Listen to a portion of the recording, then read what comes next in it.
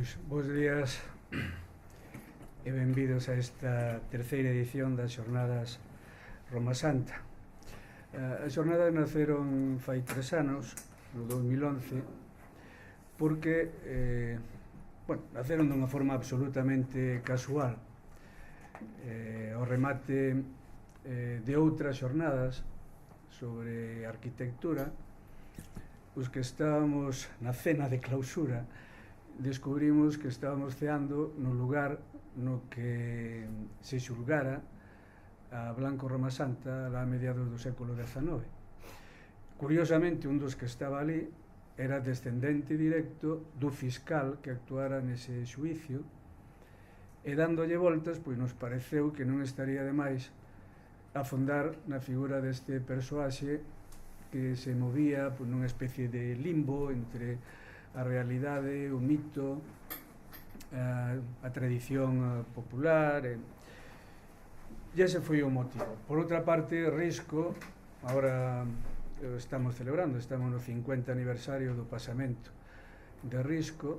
A Fundación acaba de facer unha reedición que se presentará esta tarde do discurso de ingreso de Risco na Academia, o cual nos viña tamén a confirmar que era un tema no seu día do gusto de Risco e o que dedicou unha investigación que aínda hoxe, co tempo que leva transcorrido, se ve como unha investigación rigurosa.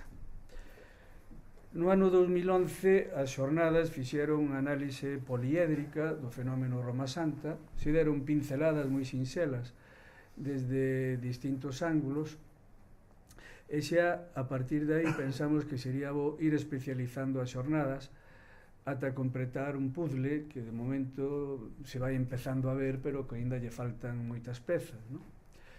No 2012 xa se dedicaron de forma específica a análise de Roma Santa desde a perspectiva médico-psiquiátrica, e nestas xornadas de 2013 nos pareceu oportuno analizar o fenómeno desde unha perspectiva antropolóxica.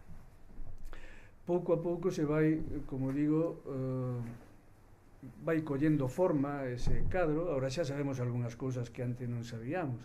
Xa sabemos onde morreu Roma Santa, de que morreu, e os Castro Vicente teñen feito moitas indagacións ao respecto.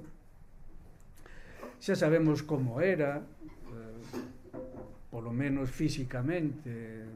Esta tarde inauguraremos o depósito na fundación dun busto feito cos datos que aportaron os médicos de Allariz, e nos queda aínda por descubrir outras moitas cousas que seguro que irán aparecendo co paso do tempo. Roma Santa aparece no imaginario popular, aparece na tradición oral escrita, nos pregos de cordel, está entre o local e o europeo, porque a figura do lobisome é unha figura que aparece en prácticamente todas as culturas europeas, entre o simbólico e o histórico. Hai unha parte histórica, evidentemente, o personaxe foi un personaxe de carne e oso, pero tamén hai toda unha mitoloxía alrededor do personaxe, e iso é o que vai centrar, espero, as xornadas de hoxe. Polo menos ese era o encargo, e seguro que por aí irán as cousas. Empezas ti, creo, non? Sí. Mar Linares García, que me acompaña aquí na mesa, é profesora titular de Prehistoria da Universidade de Santiago de Compostela, autora de moitísimas publicacións en revistas con diversos temas ligados á prehistoria, ligados á arte dos gravados rupestres, simboloxías, bens culturais, a función dos bens culturais. A raíña Lupa, que tes unha, co cual algo de lobos xa... Que son do Pindo. Algo de lobos xa van aparecendo. De lobas, que son outra cousa. O de lobas, claro, neste caso a raíña. Lobos, lobas, e lobisome de cousa toda. Sí.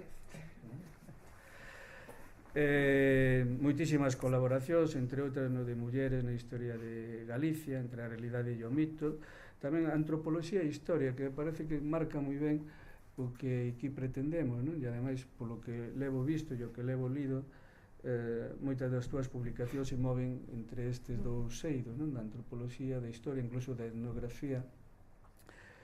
Libros como Mouros, Ánimas e Demonios, El imaginario popular gallego, Historia das mulleres de Galicia, no que ti eres autora da parte que corresponde á prehistoria e historia antiga. E creo que a última obra túa, polo que pude ver, Los lenguajes del silencio, Arqueología de la religión. Bueno, a ponencia sobre a que nos vai a ilustrar leva por título Lobisome, un tema histórico, religioso, así que cando queiras. Moitas gracias. Bueno, antes de nada, quixera agradecer a Luís Martínez Risco a súa invitación para participar nestas xornadas, e tamén lle teño que pedir unhas certas disculpas porque o título que lle dei, que figura no programa, non vai corresponder exactamente co contido, non? A idea inicial era efectivamente seguir a configuración dun tema mítico, dun posible tema mítico, pero claro, como non podía ser menos neste caso, a cousa colleu vida propia e se foi configurando máis ben cara a establecer dous pasos, non, na abordaxe do tema mítico. En primeiro lugar, considerar as liñas que se perciben cando se aborda a figura do lobisome en xeral, que, por exemplo, xa Vicente Risco menciona, non? Na súa artículo, non? Na revista de Etoloxía, que son, por un lado, o carácter máxico, religioso, histórico da transformación en lobo, non? Por outro lado, a enfermedade mental, que é unha cuestión que obviamente non vou entrar, non? No carácter de enfermo ou non de Roma Santa en concreto, e a bruxería, non? O sea, a transformación en lobo, en lobisome, por influencia do demo, por o uso dun unto ou de algo polo estilo, non? Tamén hai unha cuarta liña de fondo, que é o lobo como tal, non? O lobo como animal carniceiro, gregario, nocturno, cazador. A pesar desta aparente abundancia de liñas explicativas, en realidad esta maneira de abordar o tema do lobisome penso que en parte lastra a súa comprensión cando queremos abordar unha cultura determinada. Se dispersan un pouco as liñas, cando logo queremos centrarnos en algo concreto, penso que a cousa se complica. E un segundo paso que sería establecer unha primeira configuración da estructura dos relatos míticos desde o punto de vista, mellor dito, da mitoloxía estructural, non? De Lévi-Strauss. Tamén me gustaría facer unha serie de precisións de entrada un pouco máis, non sei se latosas, non? Pero penso que necesarias, que teñen que ver cos relatos populares, comillas, non? Ao redor, neste caso do lobisome, aínda que se poderían aplicar a todo o espectro da chamada cultura popular ou o chamado folclore, non?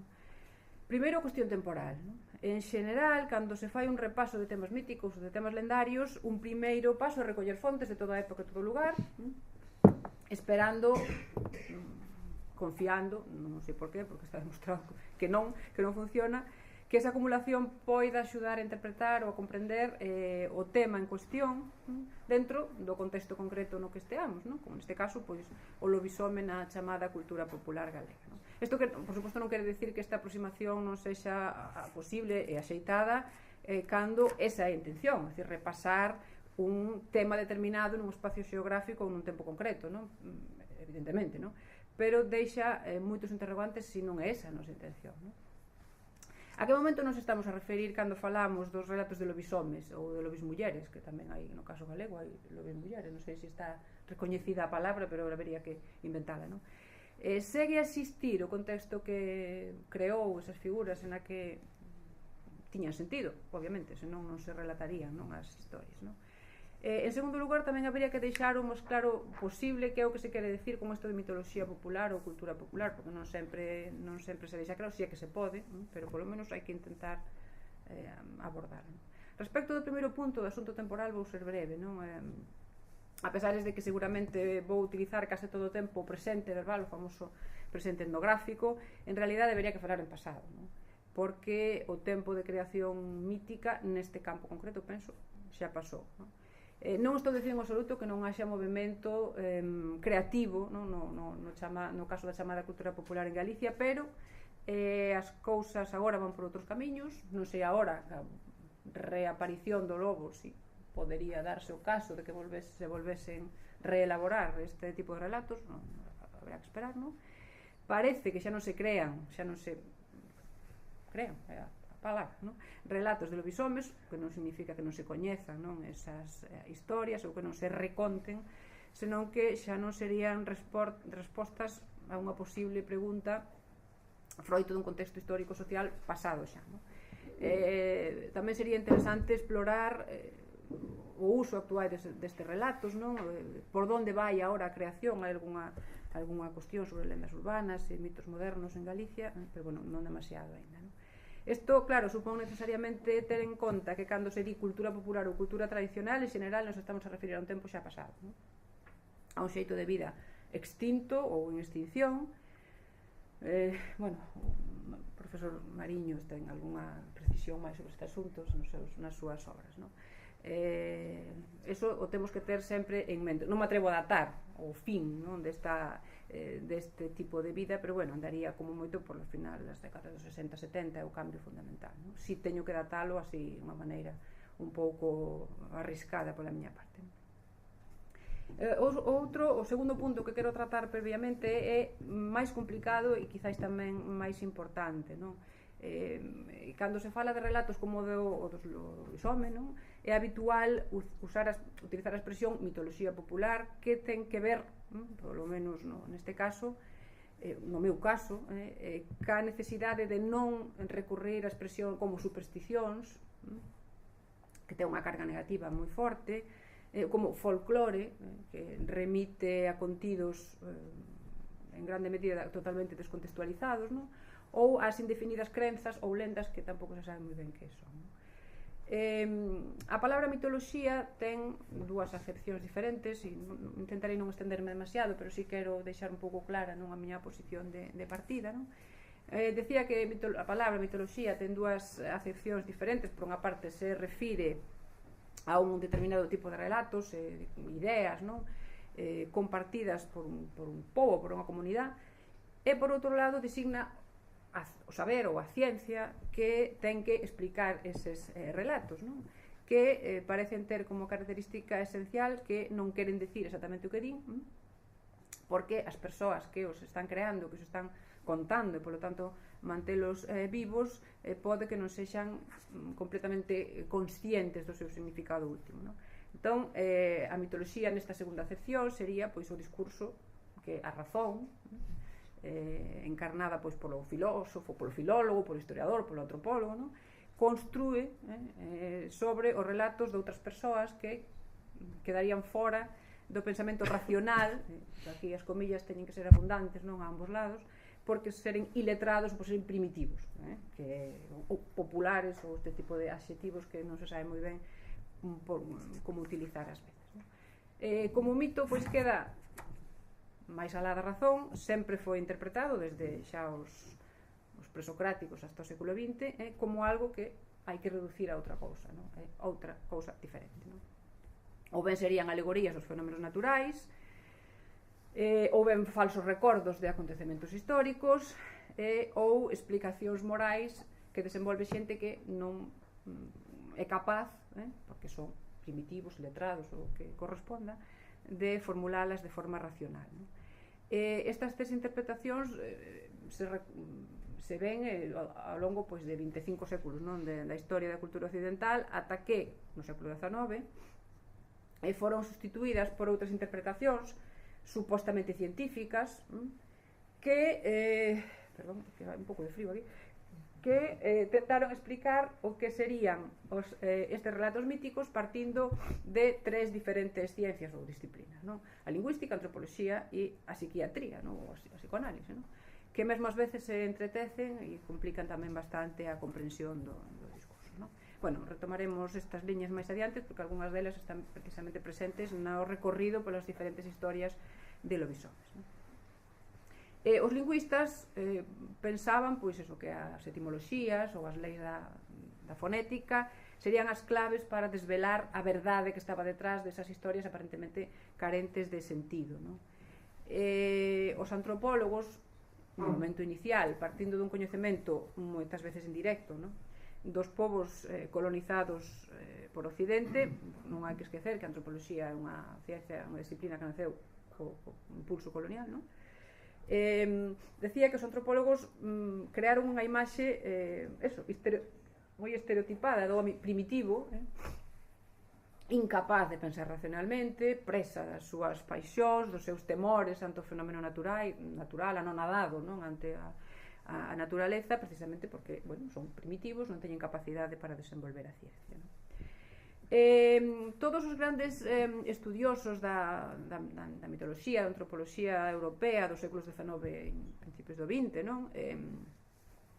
Crearon, ademais, ou estableceron ou chegaron á conclusión de que os homes da prehistoria, as ideas das personas da prehistoria estarían vivos aínda nos povos colonizados, nos que se chamou os famosos primitivos actuais, que non encontran sentido, obviamente, xa na súa enunciación, non? Pero, bueno, se utilizou moito esa expresión, ou tamén estarían vivas nos campesinos europeos iletrados, non? Que serían os portadores dos vellos tabúes e que seguirían crendo pois, na maxia, no poder dos mitos, nos relatos irracionais.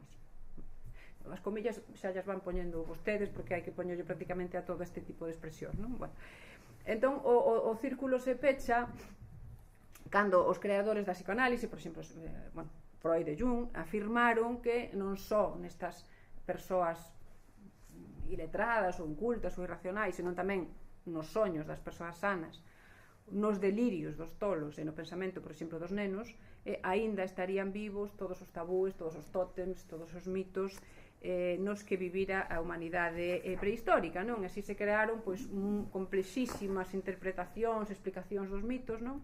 Pero todos cunha cousa común, que é descontextualizar todos este tipo de relatos, non? Entón, o mito que se narraba en vivo, se converteu nun texto plasmado, recollido por quen fora, un antropólogo, un folclorista, un etnógrafo, non? E unha vez illado, non? Como unha mostra de laboratorio, conservado como unha peza arqueolóxica, como un fósil, non? Se podería ser estudiado con objetividade. Este é un pouco o plantexamento general dos estudiosos do XIX, pero que realmente, a pesar desto, foron os que salvaron moitos relatos e non se conservarían, non? Directamente, porque son relatos vivos, a xente que os relata morre e o relato acabouse, como, bueno, lógico. Frente a toda esta maneira de considerar os produtores, non, de mitos, xurdiu unha reacción por parte de Malinowski, a antropoloxía máis moderna dos anos 30, 40 do século XX, non? Onde, se deixa moi claro que os indígenas, sinto que non hai outra maneira tampouco de designar este tipo de persoas que non son os occidentais, non? Cos que vivían a partir dese momento, máis os antropólogos, eran tan racionais como calquera, occidental, como calquera inglés civilizado, non? Entón, para eles, os mitos eran historias narradas en lugares e ocasións concretas que explicaban ideas cosmogónicas básicas, non? E ideas de que é o mundo, como se creou, non? Como hai que comportarse, cal é a organización social en relación co parentesco, co poder, ca familia, todos os ritos de paso que estruturan a vida humana, o sea, nacemento, matrimonio, morte, non? Por simplificar moito, non? É dicir, os mitos melanesios, no caso que recollía Malinowski, contestaban as tres preguntas claves da filosofía, por exemplo, na versión de Kant: que podo coñecer, que debo facer, que podo esperar. É dicir, eso sí, dun xeito non abstracto, dun xeito concreto, non? Contando exemplos concretos, non? Ben, entón o mito forma parte dun sistema e se facemos caso a Ortega y Gasset, que está ben facerlle caso, nos temos ideas, pero habitamos dentro das nosas crenzas, non? Forman parte de nos mesmos e sen elas, que están unidas á lingua e ao resto do corpo social, pois a sociedade se disolvería, non podemos vivir, non? Sin elas. Por eso os mitos teñen que ser enmarcados no seu contexto social, económico, lingüístico, cultural. Por eso non poden ser considerados obxetos extraídos da observación, aínda que ese paso xa quedalo en algún momento, e que se podan conservar nun medio neutro, contados como tal, porque senón non deixen de ter sentido como mitos.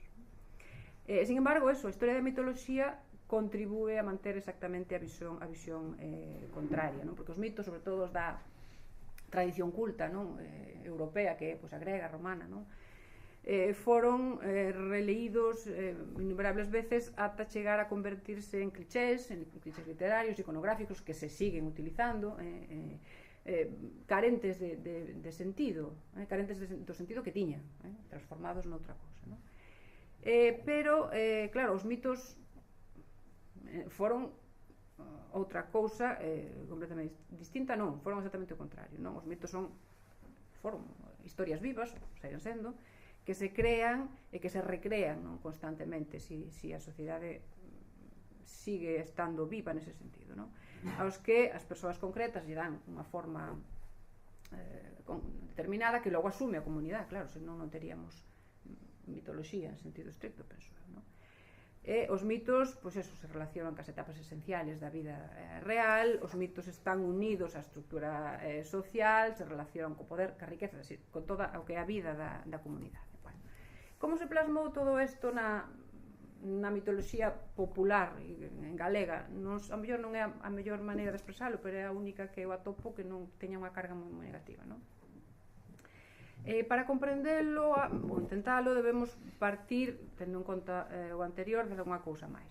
No territorio se fala unha lingua determinada, o galego, que se formou nun momento histórico tamén concreto, que é inseparable, non digo que sexa o único, pero si é inseparable da cultura das persoas que durante séculos viviron neste territorio.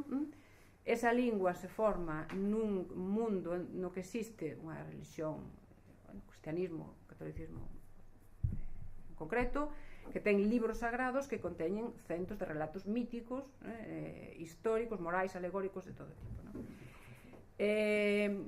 Esta religión, o latín, a igrexa, é paneuropea, e deso tamén o profesor Mariño Ferro tamén falou en algún momento desta extensión das mitoloxías cultas. Está unida directamente ao poder político, de reis, emperadores, en fin, obispos e tal, aparte de monopolizar a riqueza da terra, isto xa non imos entrar, pero, polo que a mí me interesa, as súas imaxes son as que monopolizaron as creacións artísticas da gran arquitectura, na escultura, nas grandes artes, as xerarquías a nivel desde local a local monopolizaron a administración deses ritos fundamentais da vida, de nacemento, matrimonio e morte, e toda a explicación da conducta moral, desas preguntas básicas que formulara Kant, quedou prácticamente toda monopolizada por este relato concreto, polo saber letrado. Por eso a chamada cultura popular galega hai que entendela como que se chama ás veces unha cultura subalterna, ou que é o mesmo a cultura encaixada, dominada por outra cultura, que se mantivo no tempo, durante bastante tempo, por razóns que sería difícil entrar, pero en parte non conseguir a alfabetización, a escolarización completa na poboación na lingua dominante, en parte contribuiu a que se mantivera durante un tempo máis largo, que por exemplo en Alemania, digamos. Hai toda a gran literatura en galego na Edad Media, non aparecen prácticamente os elementos da mitoloxía popular. Rosalía de Castro, por exemplo, non utiliza elementos da realidade rural galega. Pondal canta os supostos heróis celtas, os heróis gregos, ignora, non utiliza, mellor dito, a mitoloxía campesina. O Cunqueiro e autores algo máis próximos ao noso tempo fanse un eco desas creencias, pero claro, convertíndoas en obxeto de literatura fantástica, obviamente. Van ser precisamente Vicente Risco e os membros da xeneración Nós os que recollan por primeira vez, non, cos criterios científicos propios da antropoloxía europea da súa época, esa mitoloxía non da que imos falar, non?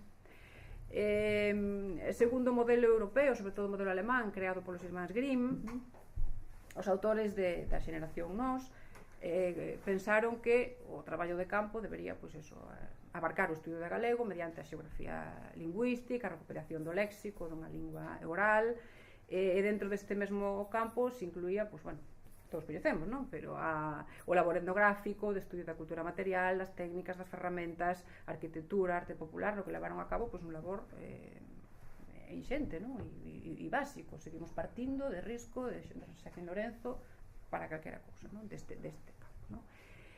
Sin embargo, claro, seguindo a metodoloxía etnográfica da súa época, que Risco en concreto aprendeu basicamente de Luis de Hoyos, non?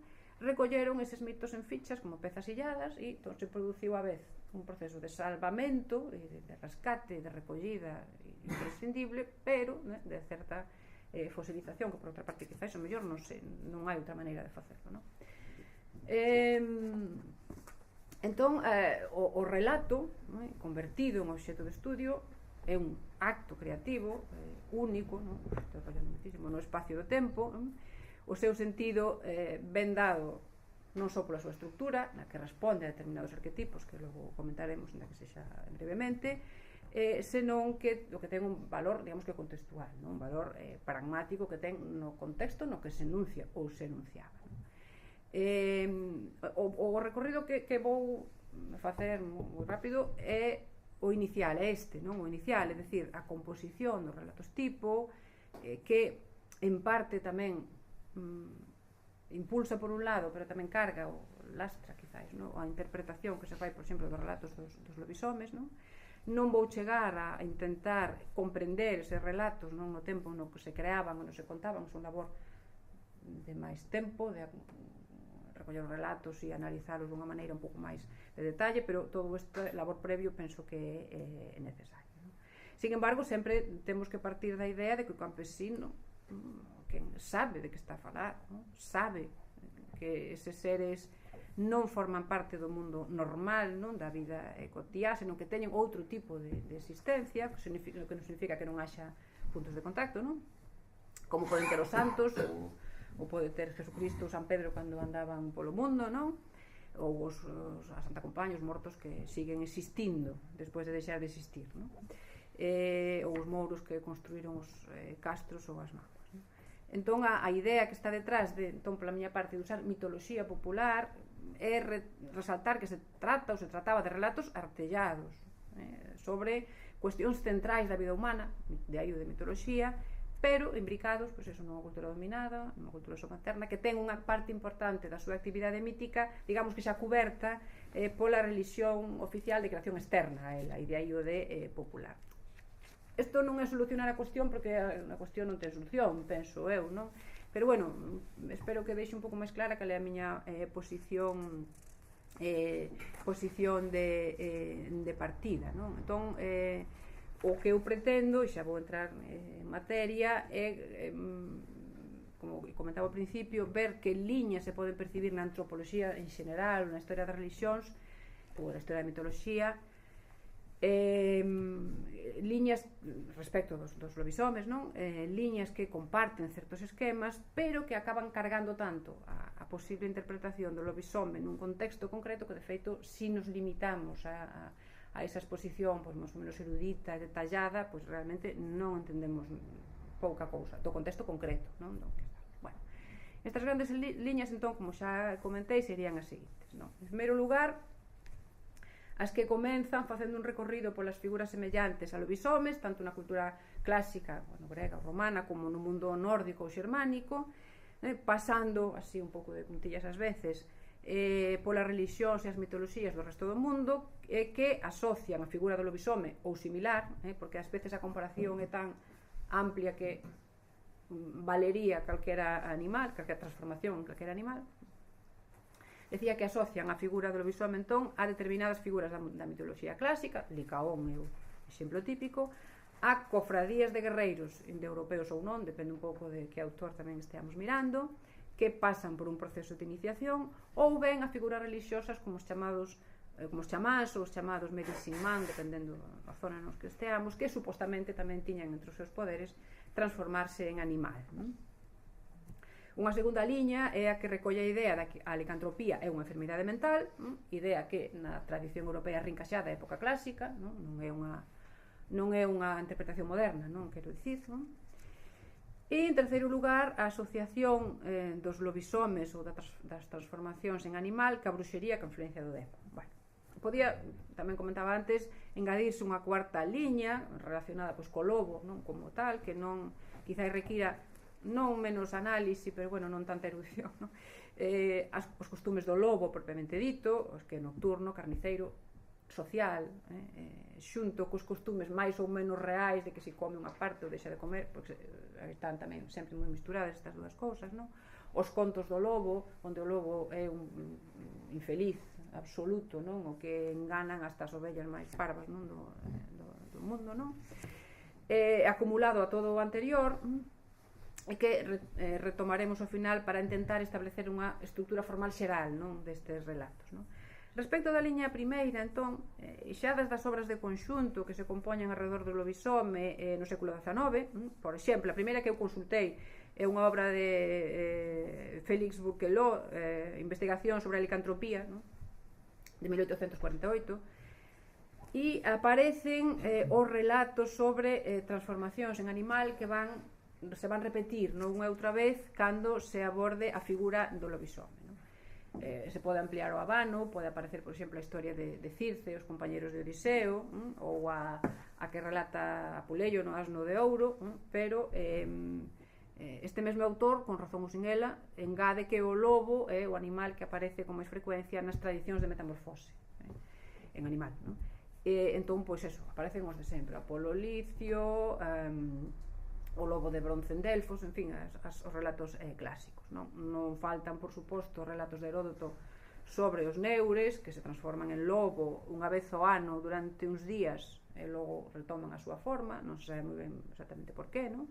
A historia de Licaón, que é o arquetipo de transformación en lobo, rei de Arcadia, o que Zeus castiga e transforma en animal, os arcadios en grupo que tamén experimentaban esa transformación. Plinio mesmo, que se cita sempre esta frase, mesmo se rí da credulidade dos gregos. Estes gregos, creo que literalmente, estes gregos creen calquera cousa, non? Tamén se mencionan os versipeles, que, como o seu nome indica, non? Serían os que cambian de pel, non? En a tradición na Italia romana, non? O relato de Petronio no Satiricón tamén é os que aparecen sempre nestas recopilacións de relatos nos que as transformacións están asociadas pois á mitoloxía clásica ou á acción de unha divinidade ou algo polo estilo, non? Xa deste momento, posiblemente antes, eu atopei unha recopilación de obras sobre licantropía en 1920, onde aparecen listadas obras xa desde o século XVI alo menos, xa se trata este tema, non? De todas maneiras, bueno, porque le fai unha distinción entre a transformación en lobo así e a transformación en loup-garou, en lobisome, que é moitísimo peor, que é un mixto, non? Que é terrible, non? Bueno, a outra rama de citas sobre mitoloxías antiguas relacionadas con licántropos é a que ten que ver coas tradicións xermánicas ou nórdicas, un pouco en xeral, así como as do leste de Europa, tamén un pouco por xunto, non? Sin entrar tampouco en demasiados disquisicións por territorios, non? E de novo, pois as citas que se inician a mediados, hasta onde o primeiro que consultei, insisto, a mediados do 19 ata a actualidade, se repiten constantemente, non? Os druidas topaban a vontade a calquera forma, o lobo Fenrir, os bolsungos que se transforman en lobos nas sagas nórdicas. Neste momento aínda non hai, me parece, mencións extraeuropeas, é dicir, non pretendo estar facendo un estudo exhaustivo, non? Pero bueno, non sería raro, tendo en conta o momento en que se elabora esta primeira obra a que tiven acceso, que non apareceran aínda datos da antropoloxía, non? No ano 1865, o reverendo Sabin Baring-Gould, este é un dos fitos, non? Da literatura sobre lobisomes, escribe The Book of Beowulf, o libro dos lobisomes, onde recolle en gran parte o mesmo que relacionaba a Burkelot, porque, bueno, a tradición letrada obviamente vai recollendo, non, todo o que se vai publicando, engade material nórdico procedente de diferentes sagas, menciona o furor guerreiro dos Berserkir famosos, non? Que é unha das outras mencións habituais na transformación de lobo, o guerreiro con furor descontrolado totalmente, non só adquire as características de furia ou do animal, senón que se transforma no animal, non? En lobo ou en oso, non? O xabarín a veces, non? Tamén aparece xa material africano, non? E material americano, con mencións relativamente simples, a homes hiena, os nahuales, é dicir, os nahuales centroamericanos, é dicir, esa capacidade que terían determinadas persoas, sacerdotes ou chamás, de transformarse en animal, ou ben o espírito animal co que nace cada un. Unha historia moi curiosa sobre nenos canciños en Norteamérica, non parece moi terrible transformar en cachorriños, non? de can, non? Pero aparece, digamos, material xa que non é da tradición estrictamente europea, non? Non será ata máis adiante cando a todos estes relatos se lle engaden intentos de explicación relacionados co famoso totemismo. Vicente Risco menciona con moita gracia a pandemia do totemismo que tiña Salomón Reñas, que se recordades, non? Con certa cachondeo é a palabra a utilizar, non? Realmente, non? E relacionados co chamanismo, non? E así, na Enciclopedia da Religión e a Ética, bueno, estou traducindo, non? De 1915, no artículo Licantropía, se mencionan xa, non? Que estas explicacións da época, non? Como no caso grego clásico as historias como as de Licaón, a transformación de Licaón en lobo, poden estar conectadas con cultos, supostos cultos ao deus lobo, que sería un culto totémico, o mesmo pasaría, por exemplo, entre os celtas, non? Referíndose pois ás fazañas de San Patricio, maldecindo a certa raza de Irlanda de xeito que tiñan que transformarse en lobos cada 7 anos ou durante 7 anos, non queda moi claro, que é a maldición de San Patricio, e serían para este autor, estamos, insisto, en 1915 aproximadamente, bueno, a data de publicación, lendas explicativas sobre antigos clans do tótem do lobo, non? Isto se repite non hai pouco, non é só non é unha cuestión que quede aí, non? Se sigue recollendo un pouco mecánicamente esta cuestión. Unha liña que relaciona estes licántropos con cofradías, con grupos de guerreiros ou con cultos, non? Como de Zeus Licaios, non? Ou como con iniciacións de guerreiros que, insisto, que terían unha verdadeira natureza animal, o sea, non é que adquiran características ou rasgos animais, serían animais, non? Recorre tamén a antropoloxía e a historia das religións, non? Mircea Eliade, que foi un dos introductores da teoría das iniciacións guerreiras e das cofradías, é precavido, non, a este respecto, curiosamente, pero non deixa de introducir o tema, non? Entón, na súa famosísima de Zalmoxis a Gengis Khan, que é do 1970, a edición original, considera que esas creencias folclóricas, utiliza palabras folclóricas, alrededor de lobisomes en xeral, serían fenómenos similares a todo ese complexo de maxia de religión que describe para a antigüedade, non? Pero independientes, non? É dicir, sería unha especie de supervivencias do que el chama iniciacións espontáneas. Sería un proceso de folclorización onde o verdadeiro sentido religioso que terían inicialmente non se conserva, non? Pero bueno, estas precaucións que o autor se esforza por establecer non tiveron demasiado efecto, porque os que citan a Eliade como apoio para a súa teoría do tótem e está todo cheo de cultos totémicos, ignoraron esas prevencións, non? Veredes que estou falando do século XIX, de autores do século XX fora de circulación xa, pero estas ideas non deixas de estar presentes, non? Cito os autores porque aparecen recorrentemente, non? Cando se fai unha recollida de datos. Julio Camarena, por exemplo, en La mitología del lobo na Península Ibérica, do ano 89. Bueno, se alguén logo quere algunha cita concreta, ya darei, non? Para andar contando aquí e tal. Volve ca idea de que as cofradías de xóvenes guerreiros serían comparables a lobos e, cito, en la tradición oral actual subsisten concepciones moi arcaicas en torno ao lobo. Tampouco dá máis explicación, non? Máis recentemente, no ano 2009, que debe ser a última publicación xeneral, no? Na Asociación de Escritores e Escritoras en Lingua Galega, que leva unha importantísima actividade de tratamento e de difusión de literatura oral, adicou unha reunión ao tema do lobo dos lobisomes, non? Elí é un autor vasco, né? Anchón Gómez, né? Recolle a liña completa, digamos que fai o kit completo, non?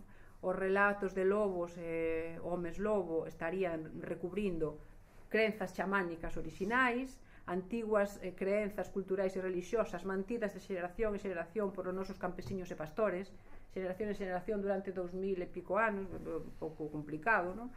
No caso vasco, que é o que analiza máis expresamente, mesmo podería chega a rastrexar este lobo totémico ata paleolítico, ni máis ni menos, non? Por suposto, pois non deixa de mencionar as zonas, as poboacións prerromanas onde tal vez, aquí é prudente, no paleolítico non, aquí sí, non? Adoraban un deus lobo. En fin, supervivencias a todo trapo, non? Hai nada, hai 4 anos. Tamén, pois, outro autor nese mesmo revisión, non? Xeneral, unha inquietante presenza, lobos e lobisomes no imaginario galego universal, moito máis comedido, de todas maneiras, non? Menciona de pasada, non, o sea, non o cree, pero bueno, por si acaso o di, non? Menciona de pasada que a utilización de nomes que significan lobo poderían estenderse a nomes de tipo étnico, e cito, como un vestixio do primitivo totemismo, de acordo con numerosos autores. Dicir, bueno, non pello os dedos, pero o deixo dito, non, por si acaso, non? É dicir, aquí hai unha liña que se mantén onde se van engadindo relatos novos a medida que a antropoloxía pois, se estende os coñecementos, aumentan as informacións, non, sobre culturas non europeas, non?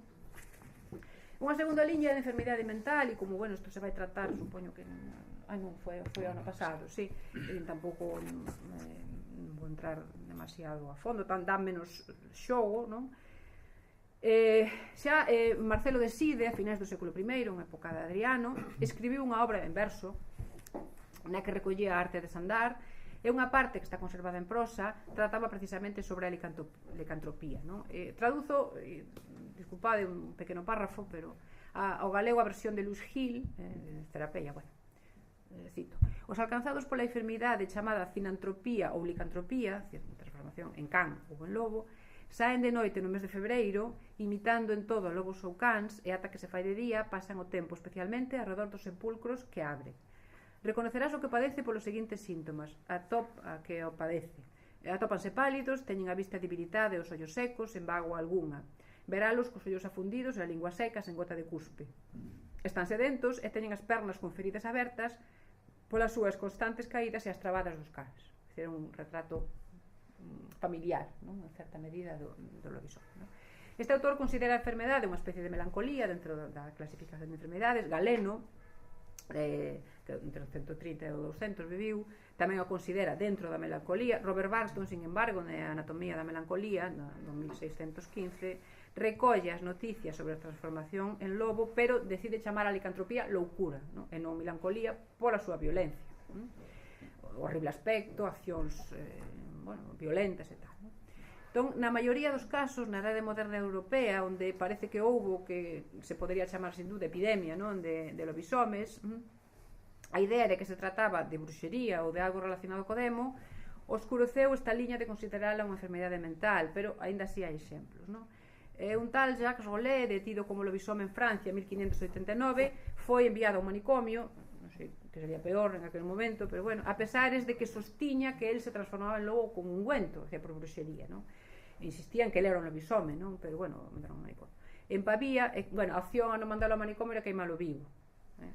En Pavía, en 1541, outro home tamén recibía atención como lunático, despois de ter matado, decir que matara, que isto tampouco me quedou completamente claro, non?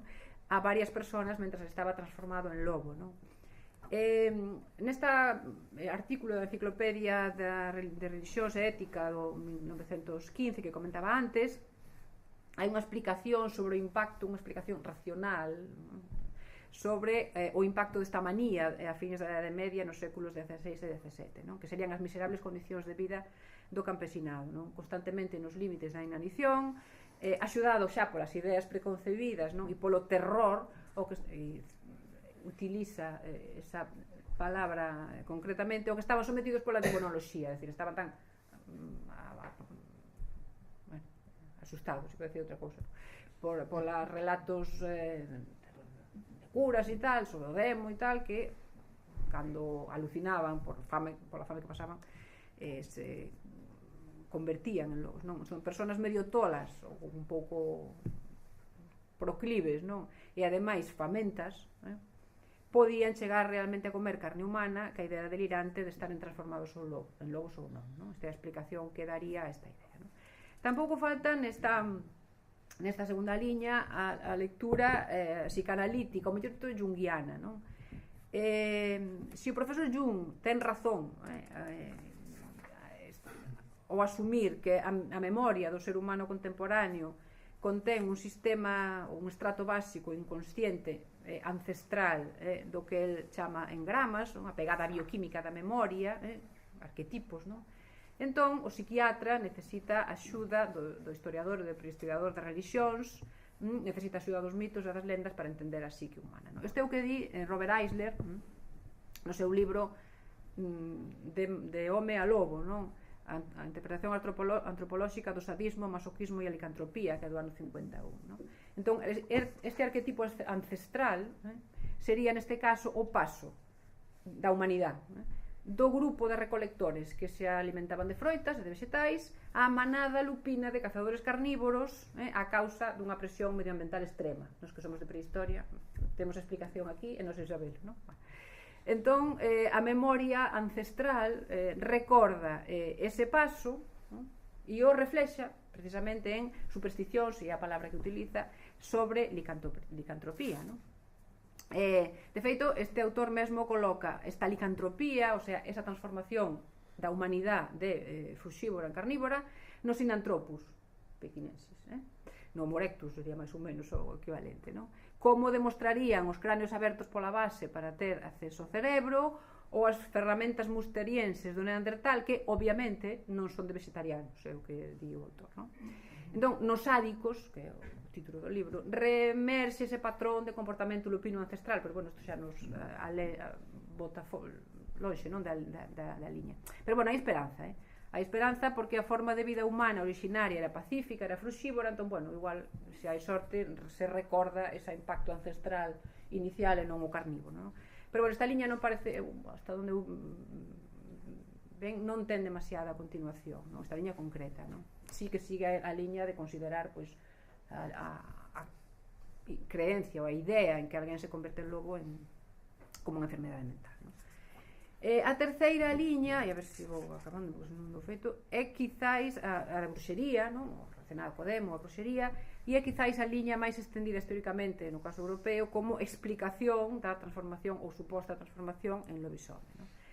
Esta bruxería sería tanto un poder relacionado con determinadas persoas, pois como os chamáns, por exemplo, ou os feiticeiros, non? Africanos ou americanos, non? Como unha marca do demo, que é a explicación obviamente moi presente na Europa medieval e moderna, non? Xa Nabucodonosor na Biblia, por ter querido igualarse a Deus, sufre un terrible castigo, non? No libro de Daniel está recollido, non? Bueno, cito en castelán tal como recollín porque é unha maneira de expresión tamén moi tal. En la misma hora se cumplió la palabra sobre Nabucodonosor y fue echado de entre los hombres y comía hierba como los bueyes y su cuerpo se bañaba con el rocío del cielo hasta que su pelo creció como de águila y sus uñas como de aves, es decir, transformación en animal en un castigo similar ao que podería ter castigado Zeus a Licao, ¿no? Poderemos considerar que a doctrina establece San Agustín en la Cidade de Deus, partindo de Barrón sobre as incribles transformacións humanas, que, bueno, as de sempre, non? As que se San Agustín di, non? E isto é unha cita un pouquiño larga, pero creo que merece a pena, non? Xa estarán esperando quizáis os nosos lectores que lee a miña opinión sobre semellante embaucamento dos demos. Bueno, fago salto a unhas partes, non? Si, en efecto, dixéramos que non hai que creer esas cousas, non faltan no presente os que afirman con toda seguridade que teñen visto algunhas delas, non? Ou as oíron dos que as pasaron. A min mesmo ocorreume, estando en Italia, ter oído cousas semellantes. É dicir, San Agustín di, bueno, non se pode dicir exactamente que mentira así, sin máis, porque hai moita xente cabal, que conta que o viu, non? Ou que yo contaron, non? Certo que estas cousas son ou falsas ou tan extraordinarias que con razón non son aceptadas. Sin embargo, temos que creer con toda firmeza que o Deus omnipotente pode facer canto quira sexa para premiar, sexa para axudar, e que os demos non obran nada según o poder da súa natureza, xa que eles tamén son criaturas anxélicas, aínda que malignas polo seu propio pecado, senón o que lles permita aquel cuxos designios ocultos son moitos, aínda que ningún inxusto. Certamente tampouco os demos producen natureza algunha se ao parecer realizan prodixios semellantes aos que estamos examinando. Si en cambio transforman aparentemente as cousas realizadas polo Deus verdadeiro hasta tal punto que quedan descoñecidas. Así, non podo creer de ningún xeito que por arte ou poder demoníaco podan cambiar a alma, nin sequera o corpo, en membros ou rasgos animalescos. Sin embargo, si admito que unha imaxe fantástica do home que no sono ou no pensamento se cambia a través de innumerable representación de cousas e mesmo sin ser corpo adopta con asombrosa rapidez formas semellantes aos corpos, estando adormecidos ou letargados os sentidos corporais, si admito que esa imaxe poda chegar en figura corpórea dun xeito inexplicable ao sentido dos outros. Esta figura pode ser, obviamente, un animal, os humanos convertidos en lobos polos demos arcades, non por Zeus, evidentemente, Circe, etc. De feito, na Edade Media o demo recibe nome como Ircus, Recabra, Ursus, Lupus, Canis Impurus, non? Así que, tanto na Edade Media como moderna en Europa, esta foi a liña principal para tratar aos lobisomes. E tratalos, neste caso, non nos relatos, senón na realidade, non? Ese Burquelón, no ano 1848, recolle noticias sobre, por exemplo, un xudeu chamado Baián ou Baianus, fillo de Simeón, príncipe dos búlgaros, que no 970 se transformaba en lobo e se facía invisible cando quería. Bonifacio, o arzobispo de Maguncia, no século VIII, menciona entre as obras do demo que os bruxos se creen lobos, entre outras moitas cousas. Prusia, Lituania e Letonia estaban, así, de feiticeiros que se cambiaban en lobos cando quería, según Olaus Magnus. Bodino conta tamén diferentes historias de lobisomes, de Magorum de Monomanía, do século XVII, de principios do XVII. De feito, as obras sobre licantropía abundan en relatos dos crimes dos lobisomes, coas consecuencias para eles e para elas. Eran queimados vivos. En 1537, no pobo de Dol, no Franco Condado, o pobo de Dol foi autorizado polo Parlamento para cazar os lobisomes que infestaban o país. O xuíz Boguet, que escribiu un discurso sobre os feiticeiros no 1603, de 13 ao 10, sostén que se ven os feiticeiros, digamos que normais, deben ser estrangulados e logo os queimados, os lobisomes deben ser queimados vivos directamente. Segundo Voltaire, este home executou a máis de 600 licántropos. O sea que estaba aquelo petado. Estabas un paso e salió o lobisome. As consecuencias son terribles, non? Entón, o século XVII europeo parece marcado por epidemias, auténticas epidemias, de licantropía, con centos de execucións. Si son certas as noticias, en algún caso son procesos, están recollidas as fontes, centos de execucións. Sempre, ou casi sempre, excepto en algún caso que vos comentaba antes, de que era un demente, era un tolo, entón, se llevaba manicomio, que non sei, peor que queimar vivo non, pero tamén debía mandar truco, o manicomio en aquel momento, non? Casi sempre, entón, se adxudicaba ao demo as transformacións ou supostas transformacións, porque hai tamén moita disquisición sobre se realmente se transformaban, porque, según San Agustín, o demo non pode transformar, pero si pode facer que pareza que se transforma, non? Entón hai moita discusión teolóxica sobre se transforman ou si ou non, pero, isto todos estes casos na obra de Baningull que vos comentaba antes están recollidos e documentados. Ben, entón estas tres grandes liñas, nas que paso un pouco por riba, obviamente, xunto cas propias características dos lobos, se misturan constantemente nos intentos de explicación da licantropía. Pero tamén se misturan en parte nas intentos de explicación, digamos, erudita, pero tamén se misturan en gran parte nos propios relatos sobre licántropos que se poden recoller na tradición europea, que é onde se insertan os relatos galegos. Quizáis queda menos visible esta explicación máis erudita dos licántropos como supervivencias, de cofradías de guerreiros ou de mozos en proceso de iniciación, aspecto que penso que se percibe menos nos relatos populares, aínda que si hai algún relato de transformación de homes en lobos pola furia guerreira, pero non en Galicia. Que poden ter en común para dar orixe a relatos tan parecidos, non iguais, pero si parecidos, en lugares distantes? pero que sí é certo que entran dentro dunha mesma tradición textual, non, e religiosa, non? Pasaríamos entón a un nivel diferente. En lugar de abordar estes intentos de explicación, tentaríamos intentar establecer unha estructura dos relatos, non? Segundo o método de análise estructural de Lévi-Strauss, non? En vez de seguir o esquema temporal e lineal, non, de cada relato, este método que busca identificar os elementos que forman a estructura deses relatos, elementos que logo se combinan do xeito que cada cultura concreta considere, non? Así me parece que se establecen as seguintes relacións e oposicións, non? En primeiro lugar, hai unha comunidade humana, diurna, basicamente, que supón estar dentro, e onde non hai transformacións, a xente, en principio, non se transforma en nada, non? Que se opón directamente a unha manada de lobos, a un grupo de lobos nocturnos que están no bosque, que están fora, non, da comunidade, e que tampouco se transforman, e a partir do xogo desta oposición principal, nos diferentes relatos considerados en xeral, o que fai que quedan claras algunhas cousas, pero que tamén queden sin explicar algunhas outras, esta consideración xeral, van aparecendo as diferentes metamorfoses, non? Entón, hai un grupo de guerreiros nocturnos, violentos, do bosque, que están fora, que se transforman en lobos ou ben polo furor guerreiro, no ardor do combate, se transforman en lobos, ou ben polo proceso de iniciación, non? Cando acaban estes episodios, volven á comunidade. É unha doble metamorfose, entón. En segundo lugar estarían os bruxos, que por medio do demo, ou dun ungüento, ou do que sexa, tamén se converten en lobos. Siguen sendo perigosos, siguen estando actuando de noite por fora da comunidade, e logo, ou acaba o efecto do unto, non, que sexa, ou se quitan a pel de lobo que levan, acaba o efecto e volven outra vez a súa apariencia humana, non? E logo están os licántropos, non, que por unha fada, por unha maldición, pola lúa, no caso do satiricón de petróleo, por exemplo, non está moi claro como, pero é a lúa, non, a que provoca, non, a transformación, se transforman, andan pola noite, andan polos cementerios, cando acaba a fada, ou cando chega de día, ou cando alguén os desencanta, pois se volven transformar, non? Entón, este sería un pouco a estructura dos relatos en general, insisto, e un pouco así, de unha maneira un tanto simple, non? Que habería que quizás traballar algo máis esta cuestión, non? Entón, teríamos dentro un núcleo onde está a comunidade humana, un bosque, un fora, onde está a comunidade de lobos, digamos, propiamente ditos, logo no medio, estes tres posibles grupos de individuos que van e veñen de dentro a fora, non?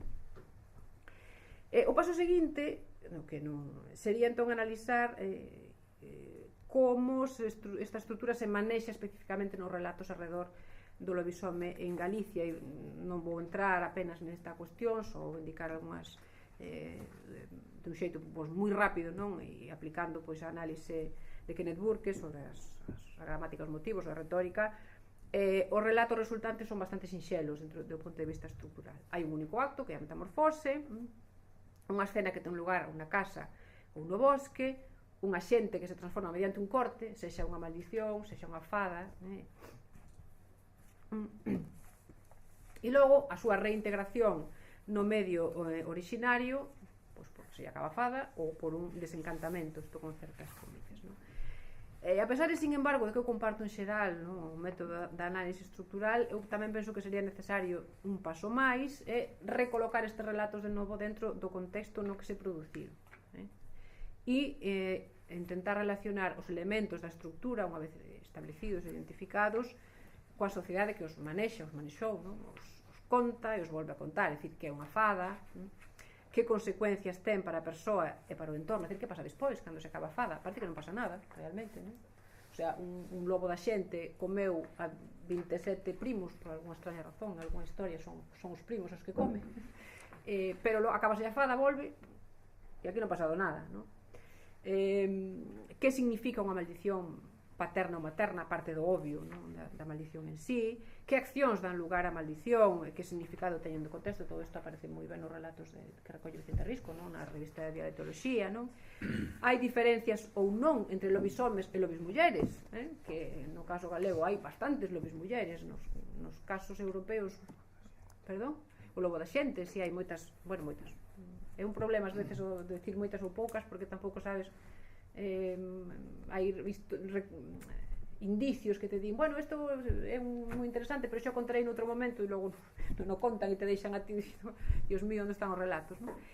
As lobis mulleres, que insisto, non sei se será moi correcto, pero bueno, son lobis mulleres, non parecen ter especiales problemas, non? A vez que son desencantadas por un procedimento moi parecido ao que desencantan as mouras, non? Por exemplo, se lle fai sangre ou se lle quita a piel, ou piel de asno, que máis ou menos todos coñecemos o conto de piel de asno, por lo menos a nosa xeneración, os seus máis novos si leen este tipo de contos. Pero bueno, eso xa sería outra historia. Moitas gracias. Muy ben.